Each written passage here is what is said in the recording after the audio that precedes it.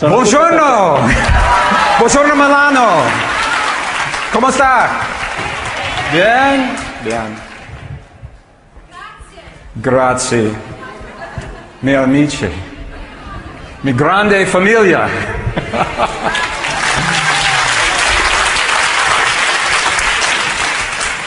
I will apologize now because my Italian is very small.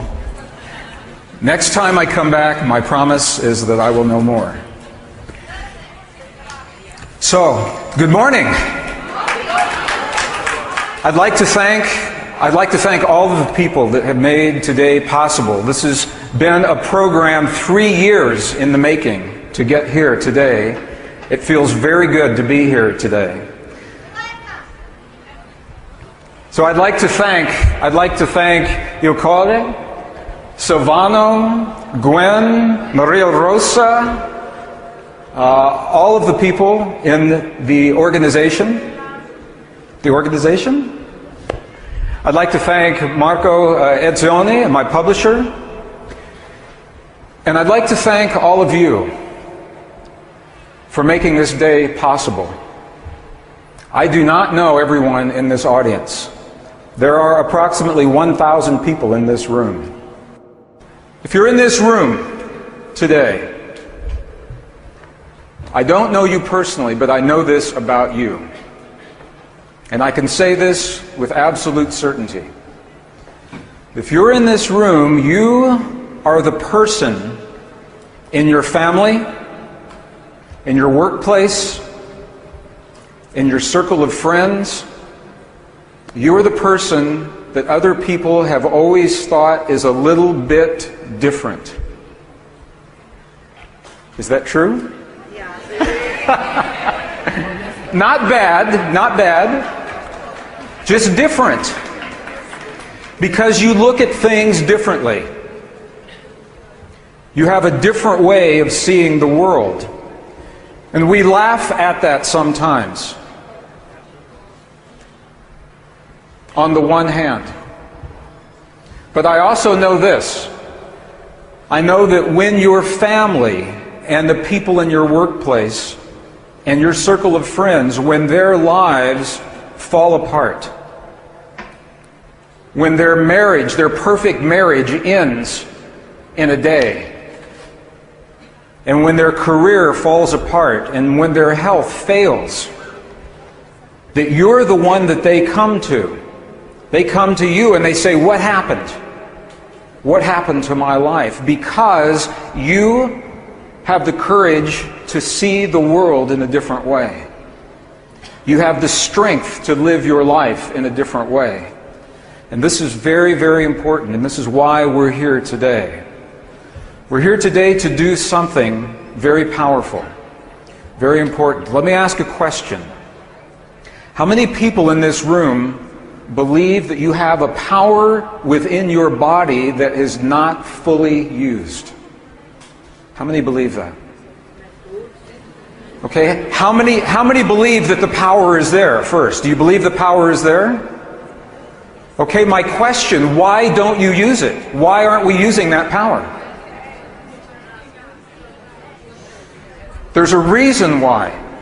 And that reason is what we're here to do today. In the Western world, in the modern world, we base our understanding of our lives and the universe upon science. And I was trained as a scientist. And science is good. And sometimes science is wrong. There are two places where science has made false assumptions about you, about me, about our universe, about this world. Two places. And we're going to identify what those places are, and we're going to explore them today. Because it changes everything. It changes everything when we understand the truth where science made the mistake.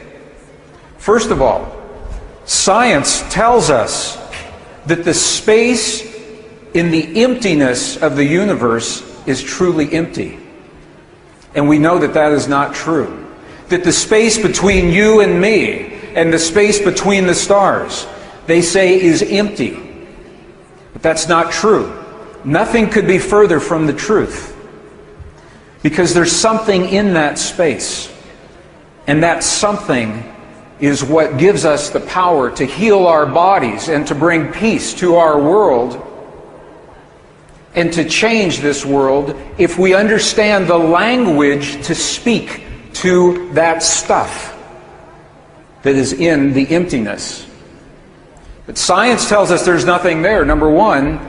Number two, science tells us that the inner experience in your heart, in my heart, that our thoughts, our feelings, our emotions, our prayers, our beliefs in our bodies have no effect on the world beyond our bodies. Do you believe that? I'm going to tell you, there is a language.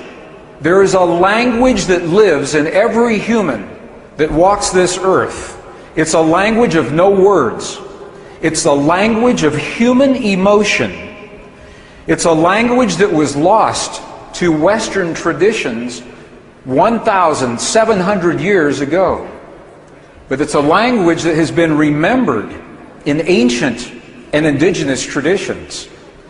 So if you're like me, you'd like to know what this day is all about. Do you know what today is all about? Do you even know what we're going to do? Would you like to know?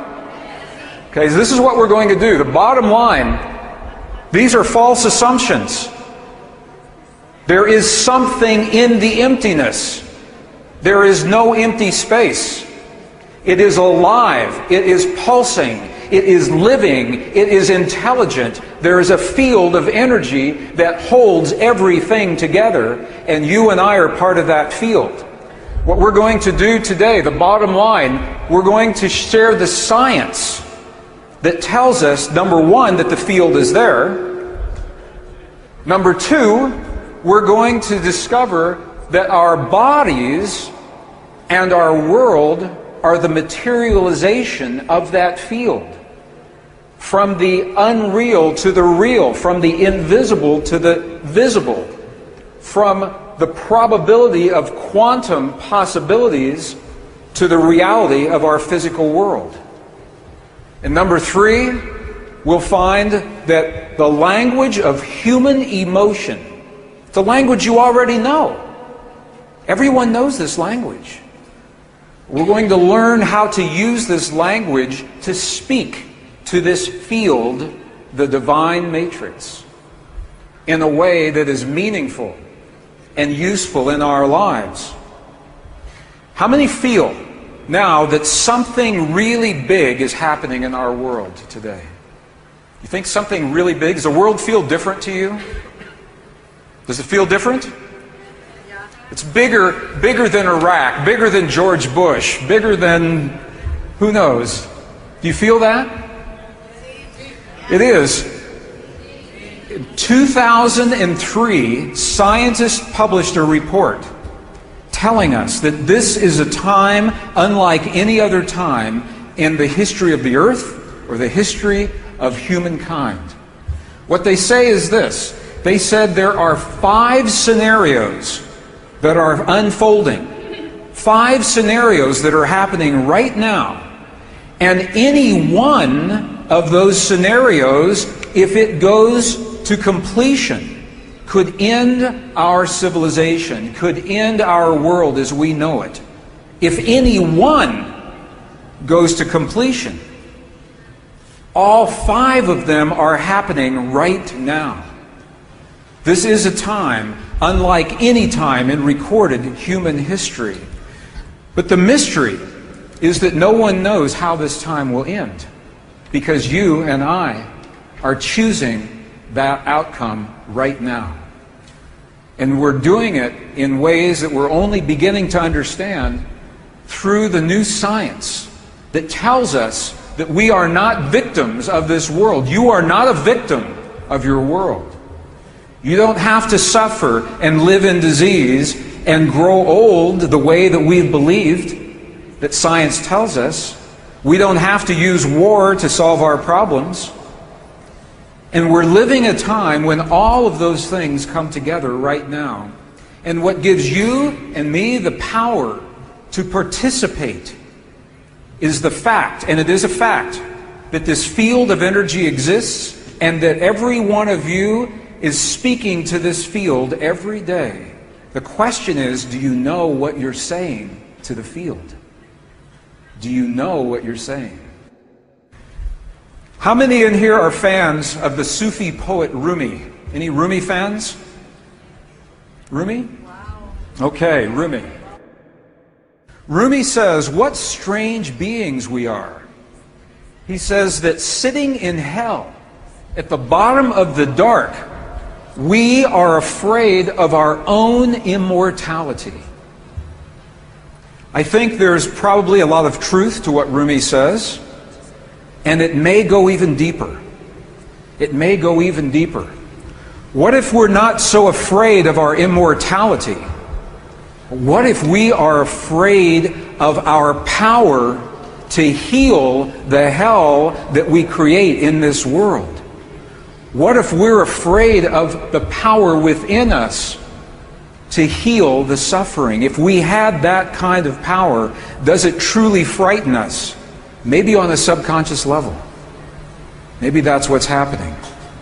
I'm going to share a story with you. It's a true story. It's a story of the birth of two baby girls, twins, and they were born prematurely, 7 weeks premature. And in the United States, there's a protocol, there's a practice.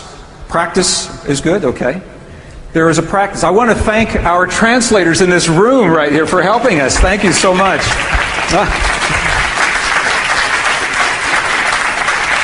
They're working very hard today, I can tell. There is a practice in the United States when babies are born prematurely. The first thing they do is separate the babies.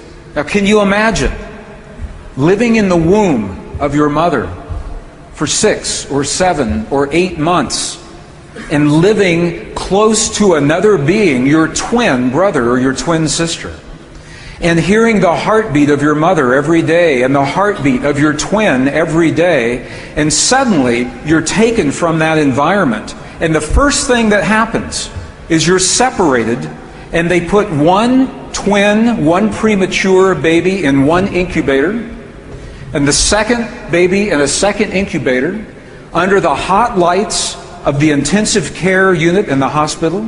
They put them in separate rooms, lying on their stomachs, face down. That's what they do with the new babies, the premature babies. So these two baby girls came into the world. And this is what happened. They were separated, taken to different rooms, and immediately one of the little girls began to fail.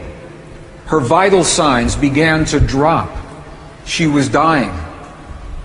There was a nurse who was working at the time. And the nurse said, I must do something or this baby will die. She said, I'm going to break the rules. I'm going to break the protocol. And she reached in, picked up the young baby that was dying. She took her into the intensive care unit with her sister, and you know where the story's going. You know what happened. She put the weaker girl in the incubator with the stronger girl. But this is where the story gets really interesting. And this is what tells me what I'm about to share with you is something that we are born with. It's not something that we learn. Because here is what happened. They put the weaker baby girl in with the stronger one. And immediately the stronger one reached out with her arm and placed her arm around the shoulders of her baby sister. And the minute she did that, the instant she did that, her sister's vital signs stabilized. And she got stronger and stronger and stronger, and they both lived. Okay, can you feel that feeling? Can you feel that? See, I can see you're holding your heart. Some of you have tears in your eyes. Why? That feeling That feeling is a language. That feeling is a power that lives inside of your body. If I had walked onto this stage and said, now, have that feeling, it may have been hard to do. But you saw an image that gave you a reason for that feeling. You're still crying. It's a powerful story. It's a powerful image. It's true. And the two girls lived, and they're doing very well today. That feeling is something that does not happen in your mind. It happens in your heart. The image and the story went directly to your heart. It bypassed your mind. It bypassed the filters. It bypassed the logic, the questions, the conditioning, the judgment. It was just a feeling. Today, modern science is beginning to understand that that feeling that happens inside of our bodies has a direct effect on the stuff our world is made of, on the atoms and the molecules of our physical world. How many in this room like science? Do you like science? How many do not like science? Well, this is fun science. Because what I'd like to do today, the first part of this day, I'm going to share with you the science that is so new. It is not yet in the textbooks, on the one hand. It's not in the textbooks yet. On the other hand, it is the science that you and I and our children will use to solve the problems that we're leaving in the world today. It's a very different way of thinking about things. So, for the next few moments, I would like to share with you the science. And I think you'll enjoy the science very much, because it gives us a way to understand what we will see next. After we understand the science, I'd like to invite you into the monasteries of Tibet, into the monasteries of Egypt and Peru, because it's in those places that the wisdom is kept of the language of our hearts, the wisdom in their cultures that was lost in our cultures. So as we go through the day, I'm sharing the science, and then we will go into the ancient wisdom that describes the science in another language.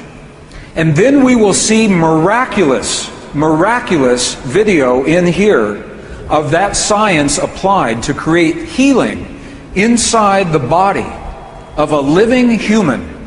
We will see a woman that has been diagnosed with cancer, and we can see inside of her body through ultrasound, through a sonogram.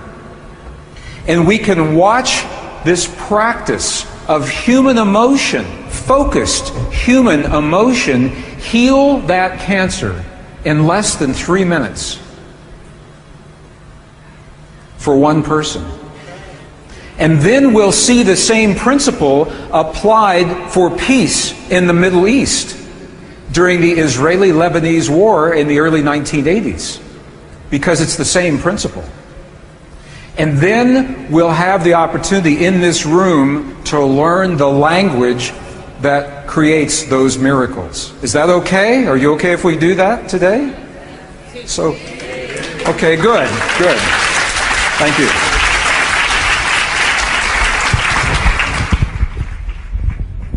So the question, how much power do we really have to change our world, to change our lives, to change our bodies?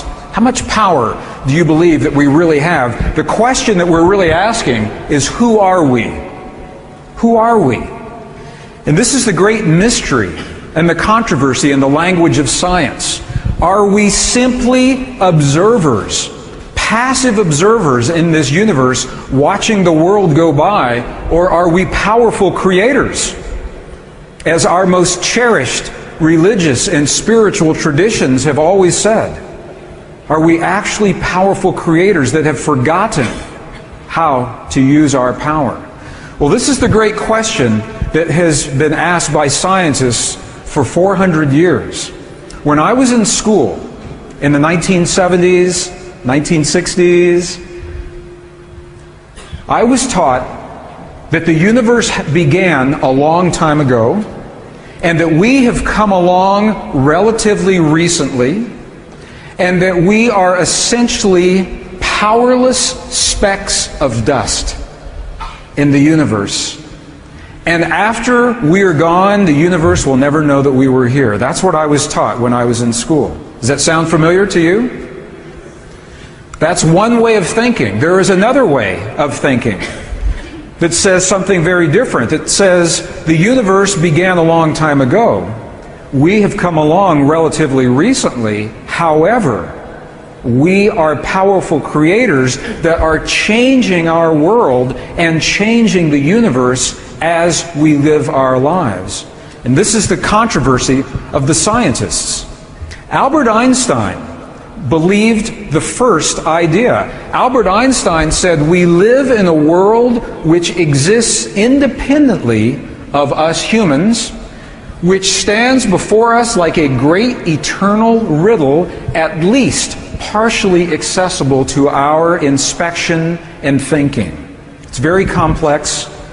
What he's saying is, Albert Einstein believes that we will be lucky if we understand even a little bit of how the universe works, and that we are very insignificant. Okay. A colleague of Albert Einstein was alive during his time and is still alive today.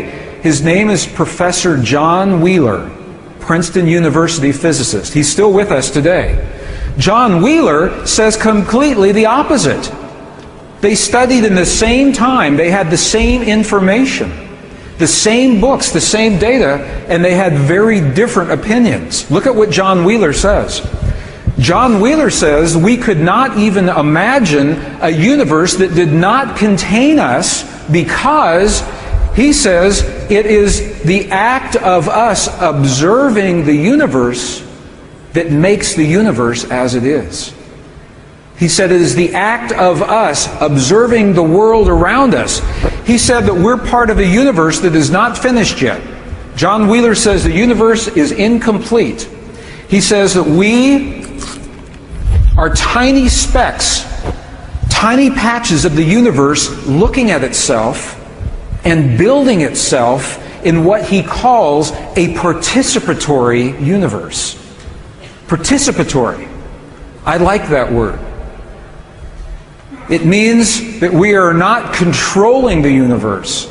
We are not imposing our will upon the universe. We are participating, co-creating. Does that mean anything to you when you see this? Let me ask you a question. Let's explore this idea just a little bit. I know that you all lie awake in bed at night, sleepless, because you're wondering why we have never found the smallest particle of matter, right? Or you lie awake in bed at night, sleepless, because you wonder why we've never found the edge of the universe, right? No, I do. The truth is that we may never find the smallest particle of matter. And we may never find the edge of the universe. Scientists build huge machines, cyclotrons, particle accelerators. And they take a little particle of matter and they accelerate it to the speed of light, almost.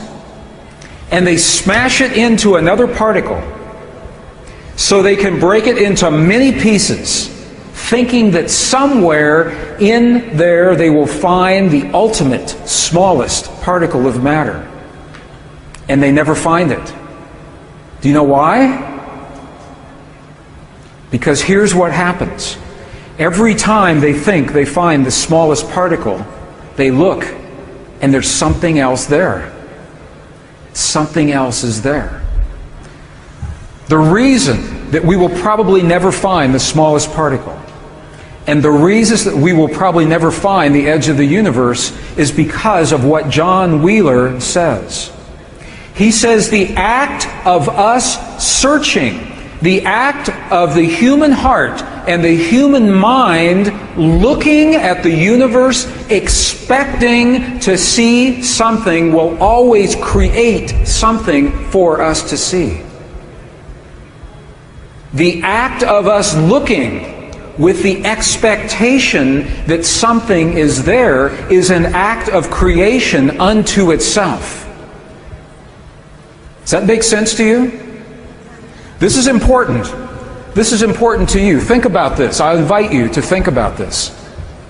If looking with the expectation that something exists is what creates that something, then what does it mean when you are conditioned to look at your body, to search your body every day or every week, looking for something to be wrong, looking for an abnormality, looking for a lump, looking for a discoloration? You know what I'm talking about, right? I'm not saying don't look. What I'm suggesting is it's your consciousness while you are looking that is important. What happens if you look at your body in the mirror every day and you say, "Ah, beautiful body"? And that is an act of creation. Can you see how that is different than if you look in your body for a lump or something that should not be there? Does that make sense? Very, very powerful, what John Wheeler is saying. This is a scientist saying that consciousness is creating our physical universe. The question is, if feeling and consciousness is creating, what is it that we feel? What do we believe about our world? The new discoveries suggest that the power to change our bodies and to change our world is based in what we call belief. Belief. Our belief of what is real. We live our lives based in what we believe about our world. Would you agree with that? We live our lives based on what we believe about, sure, about ourselves, our world, one another, our limitations, our capabilities. I was trained as a scientist. When I began to understand that we live our lives based upon our beliefs, my question is, where do those beliefs come from?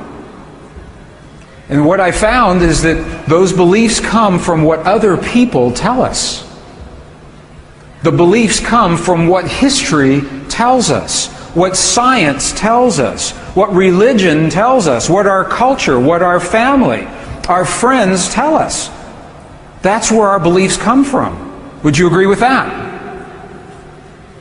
So let me ask a question. What if they're wrong? What if they're wrong? What if you and I are living our lives in the beliefs of other people who are incorrect? What does that mean for us? How powerful do you think a belief really is? How powerful, truly? There's an author. His name was Neville. In the early 20th century, he wrote a book called The Power of Awareness, a beautiful book. And what Neville said was this. He said that our power of belief is a power, an infinite power against which no earthly force is of the slightest significance. Our power of belief is an infinite power against which no earthly force is of the slightest significance. Do you believe that you have a power within you against which no earthly force is of the slightest significance? Is that possible? Do you believe that? Let me show you some examples. Let me share some examples of miracles. You've all heard these stories before. You've heard stories of miracles. This is a story of a woman who lifted a car 20 times her body weight to free a person who was trapped underneath the car in an accident. You've heard stories like this. She freed this person. She went to the hospital with this person. She waited in the waiting room. The doctor came out and said, "This man will live because you lifted the car and saved his life." And when she heard the words that described what she did, she passed out. Unconscious. Because she had done something that even she couldn't believe. She wasn't thinking about it. All she said, "I just knew I had to get him free, and there was no one else around at the time." How many in this room are fire walkers? Fire walkers. Do you walk the fire pit? Okay, a few.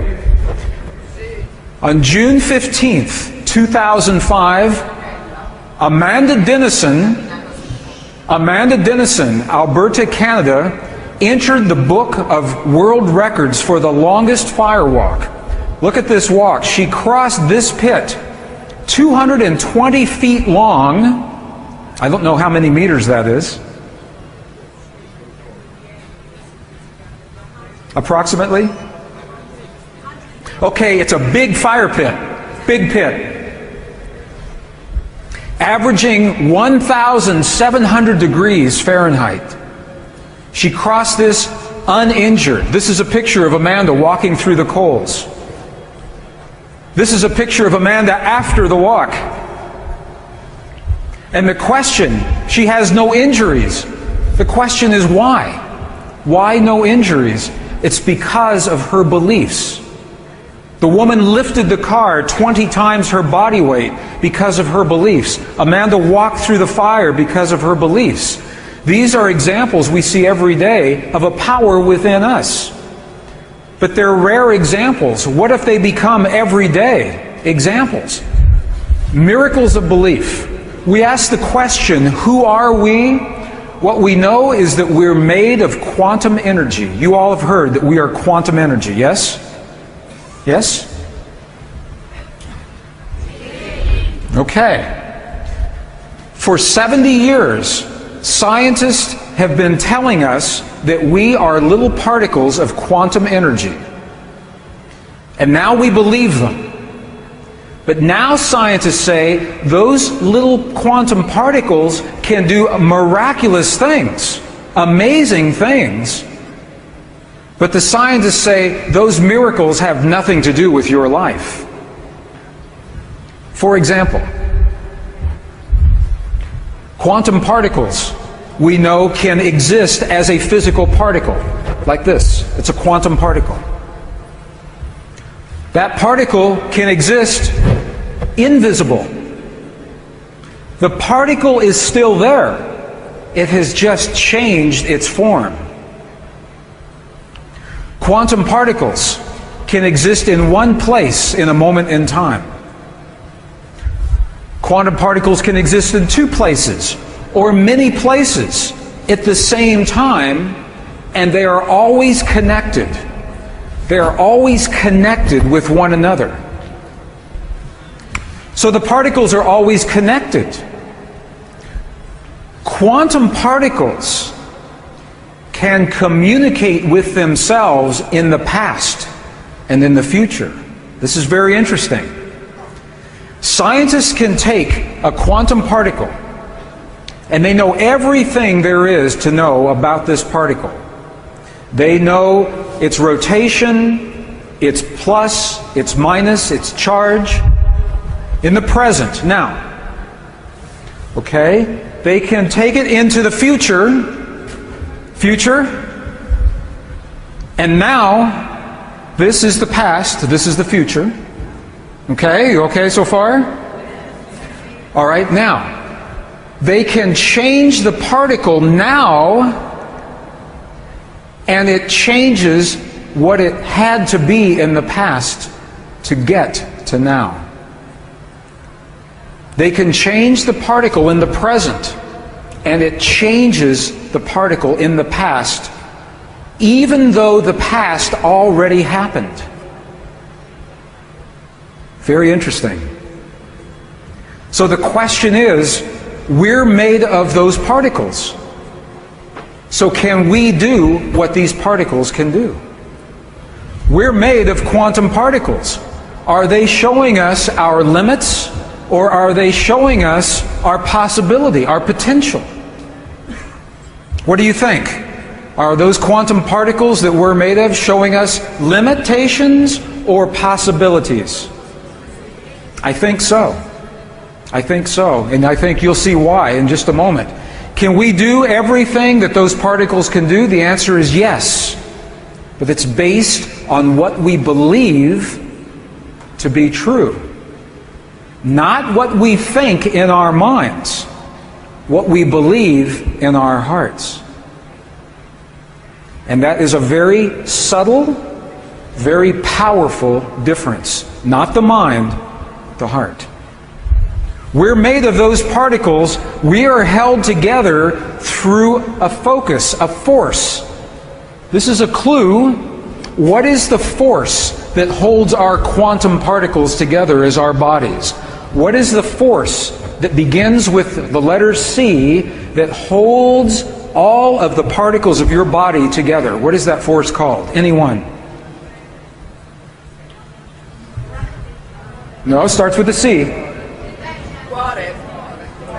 Okay, there it is. Consciousness. Consciousness. Very good. Some yes, some not so good. Consciousness is what holds these particles together. Consciousness organizes the particles into your body and into this world. 1944, the father of quantum theory, his name was Max Planck. Max Planck made this statement. He said, the stuff of our world does not exist the way we think it exists. Max Planck said, as a man who has devoted his whole life to the most clear-headed science, to the study of matter, I can tell you as a result of my research about the atoms this much. Okay? There is no matter as such. What he's saying is the stuff that we're made of does not exist the way we believe it exists.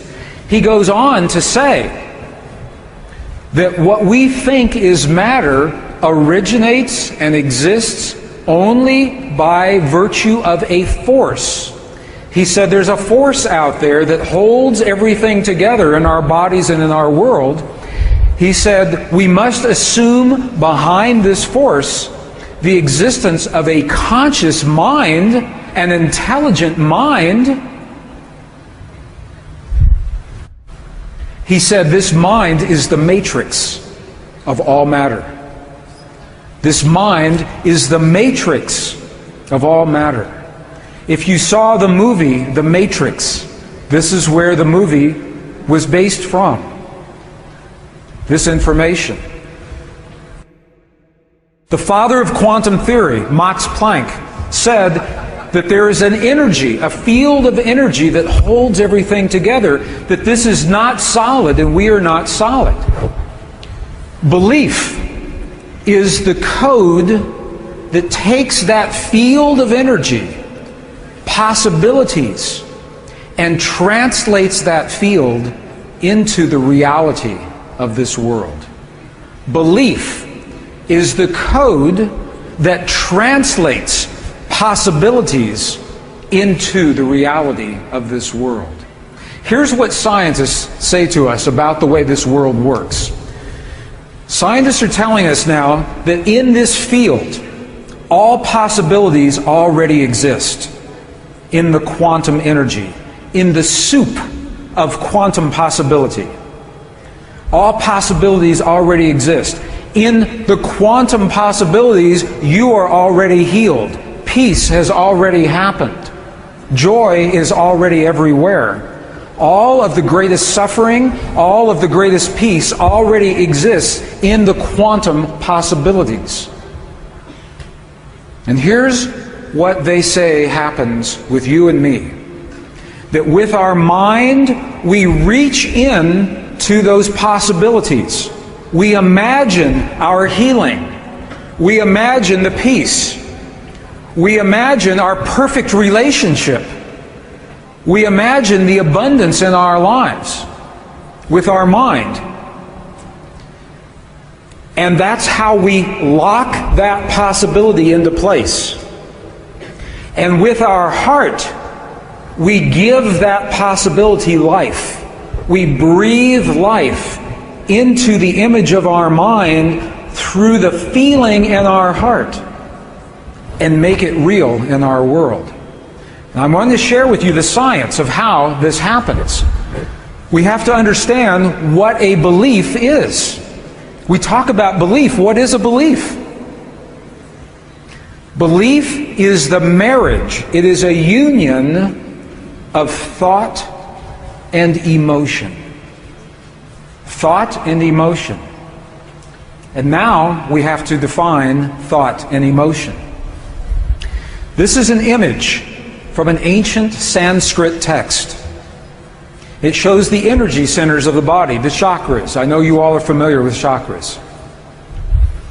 They say that thought happens in the upper chakras, right here.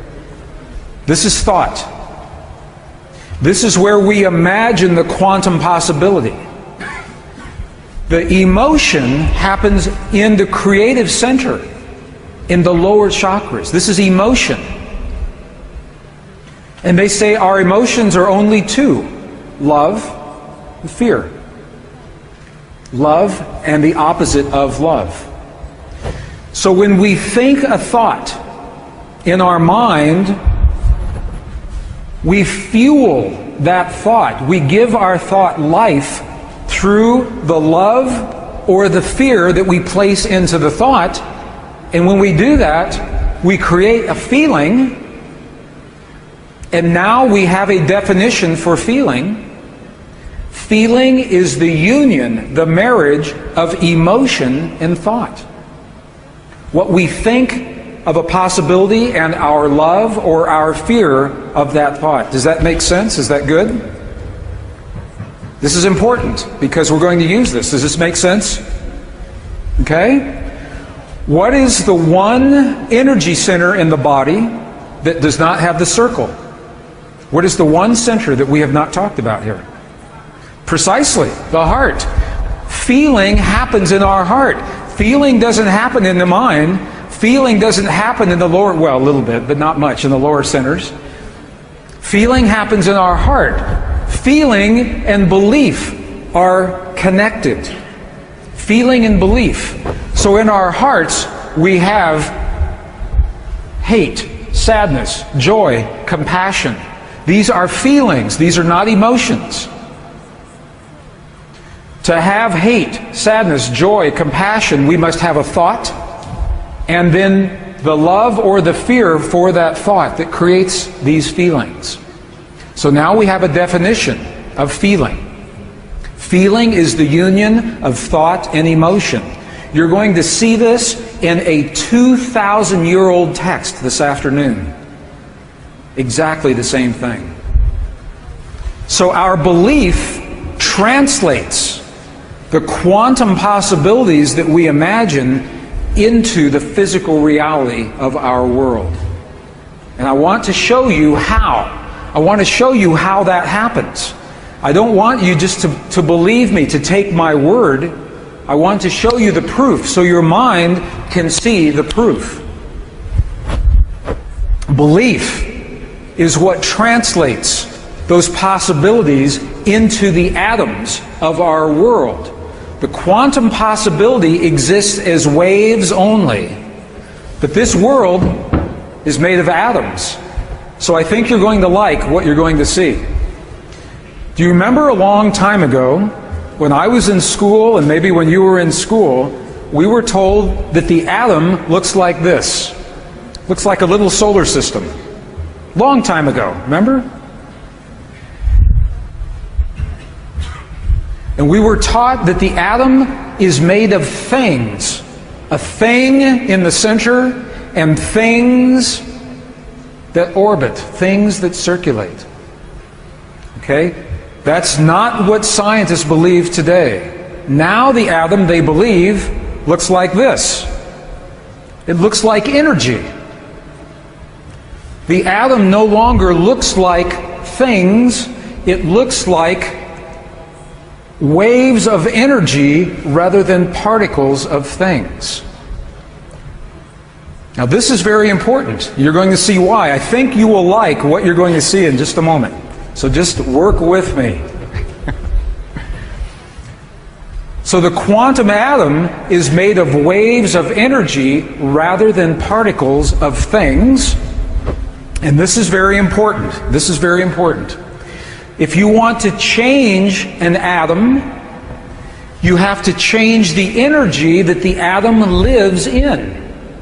If you want to change the stuff, the physical stuff of our world, you must change the energy that that stuff exists within. Is that okay? Is that good? Does that make sense to you? You okay with that? Okay.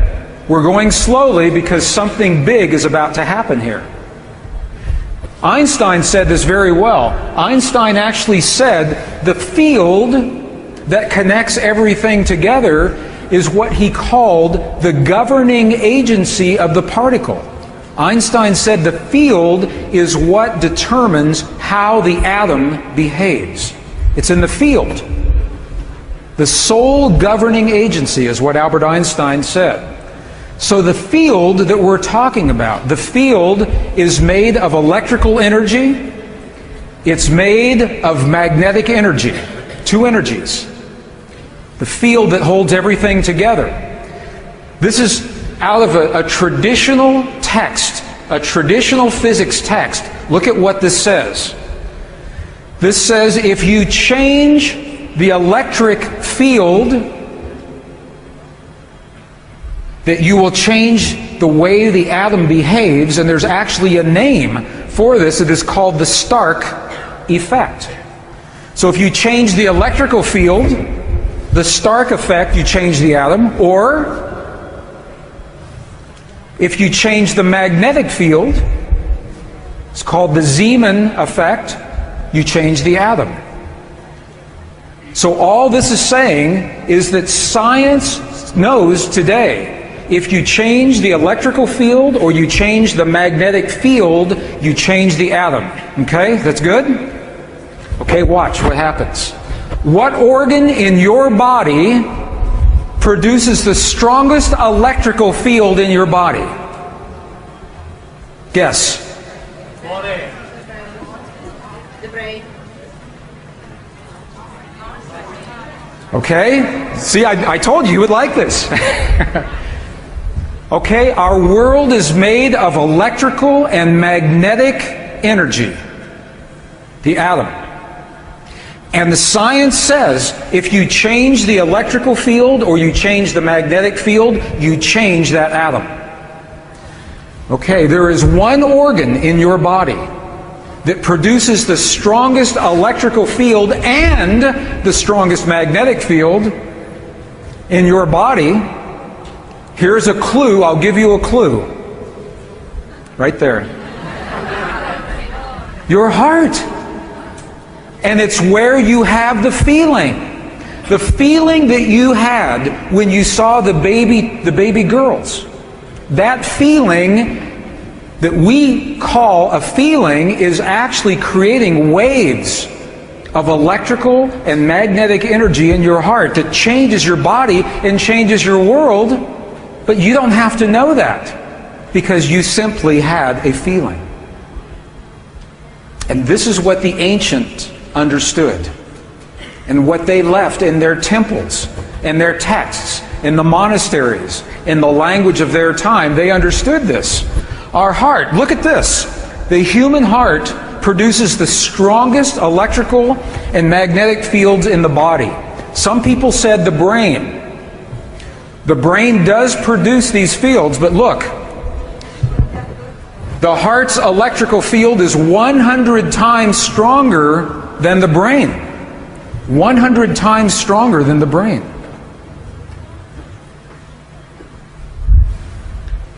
The heart's magnetic field is up to 5,000 times stronger than the brain's magnetic field.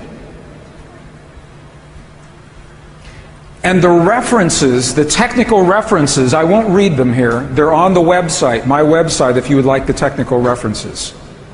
But you see what's happening here. Our heart produces the fields that change our world and change our body. Can you see that so far? Beliefs create the electrical waves. Beliefs change those magnetic waves. What you believe about yourself, what you believe about me, what you believe about your world, about your relationship to God, about peace on this earth is creating what is happening on this earth right now. Beliefs change our physical world. Beliefs change matter.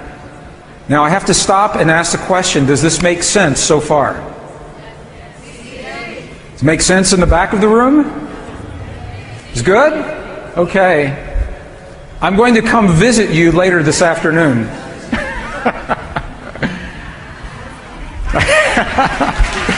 Good. It's good. Okay, if this makes sense, now we can move on. 1968, Jerry Garcia concert. Don't look too long. These are waves of energy. Quantum possibilities, scientists tell us, exist as waves of energy. The waves are contracting and expanding. They're coming and they're going. These are the possibilities of your life. Your perfect relationship is coming and it's going.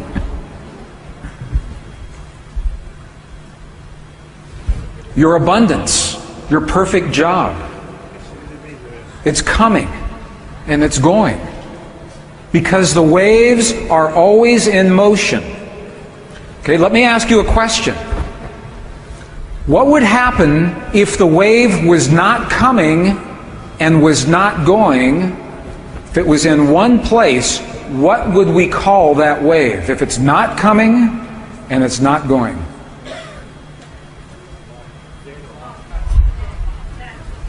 Let's see what this would look like. Okay. Can you see this wave? It is pulsing, but it's not coming and it's not going. Can you see that? This is called a standing wave. A standing wave. It's not coming and it's not going. The possibilities, the quantum possibilities of your life are these waves that are coming and going. The standing wave is the reality. Okay? The quantum possibilities, the soup of all possibilities, are coming and going. But the reality of this world is a wave that is standing wave. It is not coming and it's not going. This is what atoms look like. Atoms are the waves that are stationary. Quantum possibilities are the waves that are coming and going. Okay, does that make sense so far? Okay, because if it does, you're going to like what happens next. And then it won't be so technical. Okay, this makes sense. Let me ask, our beliefs in our heart produce the standing wave. Your heart produces the wave that locks the possibilities into place. Your heart is what produces the waves that make atoms. It's what you believe in your heart is what locks the quantum possibility into the reality of this moment. Heart waves are standing waves. Well, this is important. We're going to work with our hearts this afternoon. I'm going to share with you an experiment. How many have heard of the very famous double slit experiment performed in 1909? 1909. A couple. This is the experiment that began the ideas of quantum physics. It's a very important experiment. Look at what happened. Scientists in 1909 took a particle of matter called a photon. It's P-H-O-T-O-N. They have this photon right here. And they take this photon and they wanted to shoot the photon at this target. Before it could reach this target, it passes through one opening, through this barrier. Okay? So easy experiment. They take the particle, passes through the barrier, goes to the target. The particle acts like a particle. Everyone is happy. It's a good experiment. This is good. Okay? Then they tried the experiment again and changed one thing. They're using the same kind of particle, the same target. This time, the barrier has two openings. Now, they believe that the particle can only be in one place at one time, and they were not prepared for what happens in this experiment. Should we do this experiment? Do you want to see? Okay, watch what happens. This is a photon, a particle of light. It's the stuff our world and our bodies are made of. So they are experimenting with the stuff of reality is what they're doing. They take this particle and they fire it and it disappeared. And they said, what happened? The next time they saw the particle was at this target, but it's not a particle. It's a wave, meaning that it passed through both openings at the same time. The particle changed itself to accommodate the conditions. And this is actually a drawing. This is from the actual science notebook of 1909 showing what these waves look like. This is a mystery. So the scientists are asking the question, why did this happen? They're saying the particle began as a particle. It began as matter. But look at this. It behaves like a wave. It behaves like energy. And they're asking why. Why does the particle change? They asked this question. They said, who knows that there are two openings possible for that particle? The scientists in the room know. The particle knows. But the particle can't know anything. And the scientists, they say, well, we know, but that cannot possibly have an effect on reality, can it? So here's the question. Who knows that there are two openings available? The scientist and the particles. And this is the answer to our question here. Because what the scientists discovered is that their knowledge, the scientist's consciousness, was affecting the particle in the experiment. The fact that the scientists knew that there were different openings affected the way the particle works. Does that make sense? Are you okay with that? Here's why that's important. It's because they are showing that their consciousness is affecting our physical world, and they were showing it in 1909.